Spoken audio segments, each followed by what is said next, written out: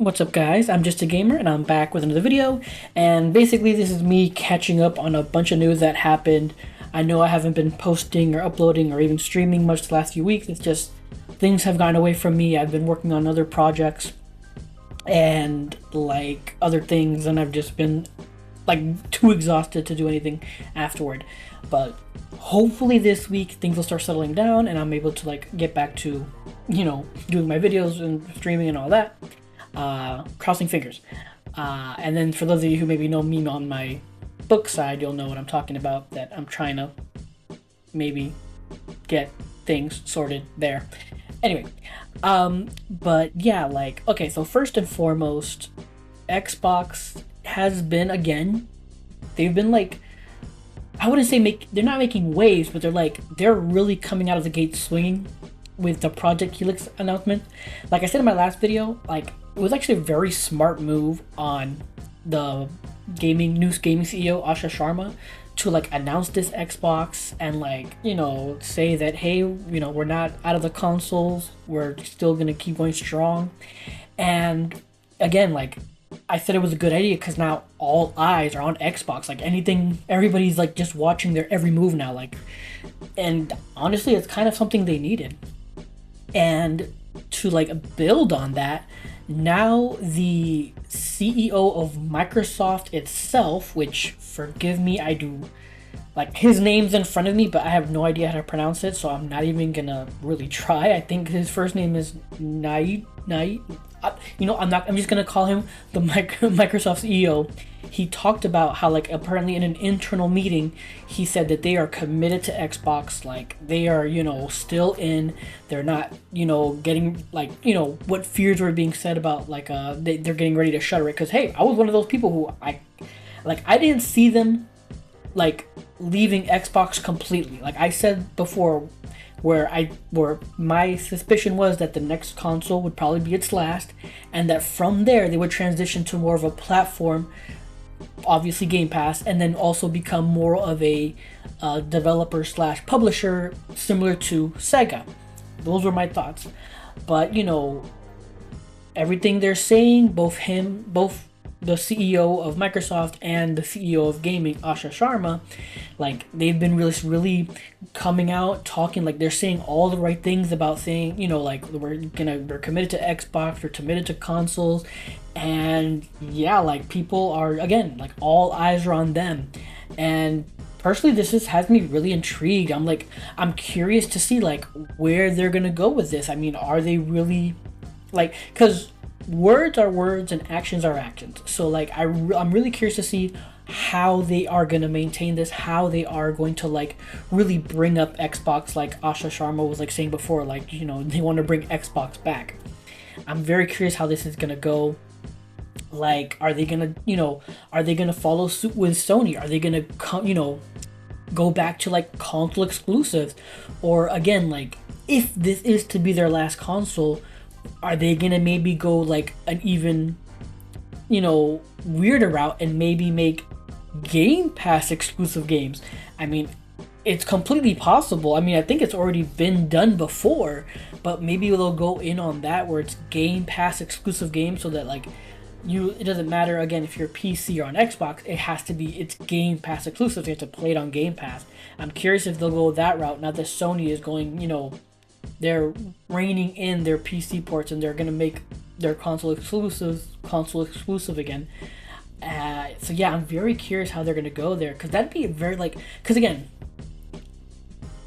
before this announcement about them continuing Xbox, I had stated before, and I even said it earlier, that I believed their next console would be their last.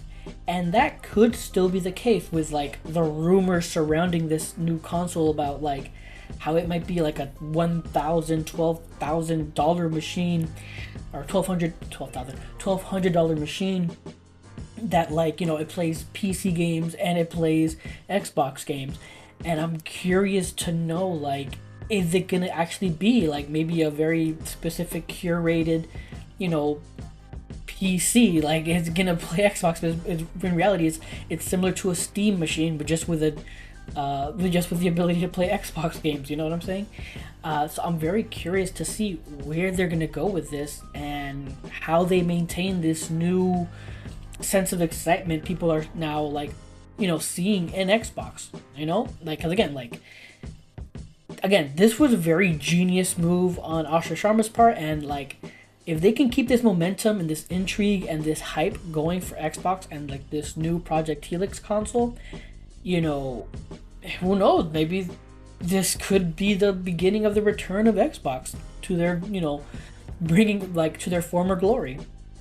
But I'm also curious to see, like, are they going to maintain the games that are no longer exclusive?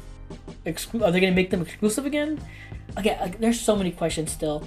And again, like, because of all these questions, again, I think genius move. Everyone's talking about Xbox, and they're going to keep talking about Xbox for a long while. And again, I think this was the intended effect they wanted, and it's working. And then not lastly, but the next thing I want to talk about is basically EA continuing to prove that they are the shittiest company in the world, with the record-breaking sales of Battlefield 6, and then they're still decided to do layoffs across all the Battlefield studios. I mean, again, the game is selling well. It's record-breaking sales for the series, and yet they are still doing layoffs across all the platforms. What? How did that even make sense? What's happening there? And then they have the gall to report that, like, we're listening to the community. They were like, we want the community, to be really, like, we're gonna be like constantly like in talk with them. And it's like, you're such pieces of shit. You lay off all these people and you still talk about how you want to, like, be like active in the community and all that, when you're screwing over all these other people who worked for you. And it's just like, what the? It makes no sense. But that's EA, man. EA, they continue to prove that they are the worst company in the world. It's unbelievable, and it's a really shitty thing to do.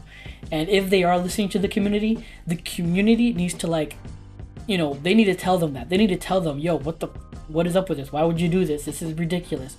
Because the community needs to show that these people, these developers, that they have their back. So again, I find it ridiculous that after laying off all these people across all these studios, that there's, they spout the bullshit of, like, we're going to be listening to our community, we're going to be listening to feedback, and we're going to have that, we want that constant, back and forth with them. That's kind of a shitty bullshit move to do, let me tell you. I don't know, that's just crazy in my opinion. The last thing I want to jump in on real quick, obviously Resident Evil Requiem, it was announced today or yesterday that DLC is coming for the game. Not only that they have a mini game planned for May, and they're developing like actual like story DLC to come later on. And this is really cool, and I kind of expected it, just because that was one thing people said was kind of like lacking for RE9, that it was like, it was just the game, like the main game, and that was pretty much it. There was like, usually the game, like previous RE9 games, they come out with like these, fun little modes and things like that to like keep it going. So yeah, I'm really happy to see that they are continuing that tradition. I see a lot of people hoping it's Mercenaries mode, and I would love to see that come back too, just because Mercenaries is like very iconic to RE, and I'm very curious to see where they're gonna go with this story DLC. Again, I don't follow or read leaks or data mining bullshit, so I know nothing about that. So I'm very curious to see if like they are going to still focus on Grace and Leon, or if they're gonna move to a whole different character.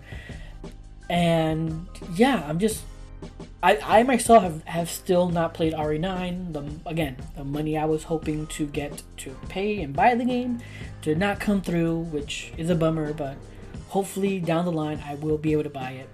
For now, I am just sticking to Cairn.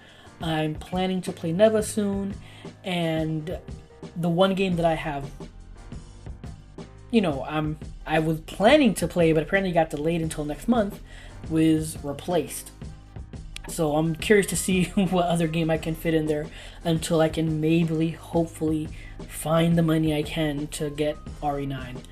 And then I know Crimson Desert, like there's been a lot of hype surrounding that game, and like I know today they just released like the specs of like how the game should run on consoles, and it's very curious, very interesting, and I'm very excited to see what Digital Foundry is going to be able to pull out and do with that.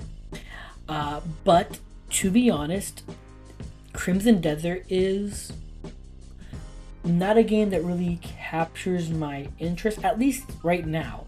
Like I'm, maybe it's gonna like blow up and it'll be crazy, and down the line I'll be able to check it out. But as it stands, I don't even have the money for it to begin with. And even if I did get the money, I would want to play RE9 before I played Crimson Desert. But still, the game looks really cool, and I'm very curious about it, so I'm gonna be keeping my eye on it. But real quick, back to RE9. One thing I want to leave on is this debate that I've been seeing out of nowhere. Apparently of the, there's no avoiding it. I know spoilers of RE9. It's unavoidable, especially since I'm always like watching gaming stuff. It's unavoidable. So like I know about the whole ring in the concept art, and apparently him putting on like it looks like there's a motion of him putting on a ring at the end of the game of some sort or whatever. And this caused this whole speculation of like Leon is married, who's he married to? And I was shocked to find that there is a large majority of people that think Claire is somebody he got with or met up with or with like, I don't.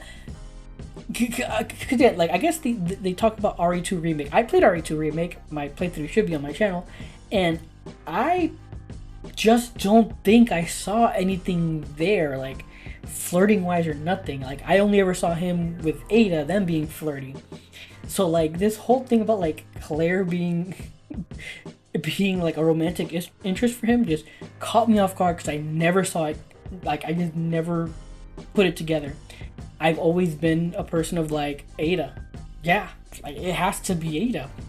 And I've seen some people like saying that it can't be Ada because she's too much of a spy, that she's too much of a wild card, that can never be her, he can never trust her, and blah blah blah blah. And I have to say that's nonsense, just because throughout the entirety of whenever we see her and Leon interact, you'll know that she does care for him. Like she goes out of her way to like protect him and help him. And there's like, why can't it be like that? Once they got married, she just became his partner. She got rid of her mercenary ways and she's just, a full agent. Why can't that be the case? People like automatically just label her as she's toxic, she's evil, and like all this nonsense. And it's like, what do you like? She's never been full-blown evil. And if you want to talk RE6, the one who was full-blown evil was her clone. Spoilers for RE6 if you've never played RE6. And yeah, like I don't see why why she can't, like, why it's impossible for people to, in like their mind, that she'll never change. She can never change. She'll never be able to settle down. She'll never blah blah blah. Like, I'm like that makes no sense. People obviously change all the time, and especially in video games, especially villains in video games. You see it like crazy, and it's just like, I just wanted to say, like, the people's argument that Ada could never settle down is ludicrous, because any character can decide to settle down. It's just depending on the circumstances of how it happens. And yeah, it just blew my mind that so many people were saying Ada could never be his wife just because, like, he could never trust her or some nonsense. And like, if trust was something in a marriage, that is a whole, you know, uh, can of worms that like needs to be opened, because there are plenty of movies, shows, and whatever that show that marriage does not equate to trust right away. Let me tell you. But and hey, maybe that's something they have to work on, you know, just like everybody else's marriage in the world. But point is, I was just very surprised to see like this very vocal section of people saying that if Leon was married, it would have to be like Claire or some type of unknown person. It could never be Ada because of who she is. And I just think that is ridiculous. It can ease. I'm not saying it is Ada. I'm just saying like it could be her. I personally hope it's her, because this back and forth between them has been for so long. And in fact, in one of the movies, it's hinted that they actually hooked up. I can't remember which one it is, but apparently in one of the movies they hooked up. So like it's not out of the realm of possibility for him to have ended up with Ada, and for Ada to have maybe like, you know, gone to, you know, go into like DSO with him or some other organization, or like, you know, spouses can work in different areas together still, you know. She doesn't necessarily have to stay a mercenary or stay a spy of some kind. She could have, you know, decided to, if not settle down, you know, go on a more, you know, straight arrow path and not be a criminal in that sense. But that I'm getting ahead of myself. I'm rambling. I am all over the place. Apologies. I just wanted to get these thoughts out there. Wanted to catch up on some news that happened this week, and, you know, in general, just because I've been away for so long. So thank you for watching. If you enjoyed this video, please leave a like or comment down below. I'd appreciate, you know, feedback. Subscribe. I got multi-streaming down, so if you want to catch me on Twitch, you can catch me at Twitch TV/JustAGamerInc, all together one word, or you can click the link below. And here on YouTube, just hit that notification bell to know when I go live. But what are your thoughts on everything I, you know, said today? Like, when it comes to Xbox, are you one of those people that are really now like intrigued and excited to see Xbox confirming and reaffirming that they're gonna, you know, stick with Xbox and consoles? Do you see them maybe making Game Pass exclusive games? What are your thoughts on EA and the layoffs they made across the numerous Battlefield studios, even though the game has record-breaking numbers and it's doing very well? What are your thoughts there? And yeah, what are your thoughts on this whole RE9 Ada not being able to marry Leon, or Leon being with Claire? Like, let me know your thoughts on that. I would love to hear from you guys. But regardless, thank you for watching, and until next time, take care and have a good game.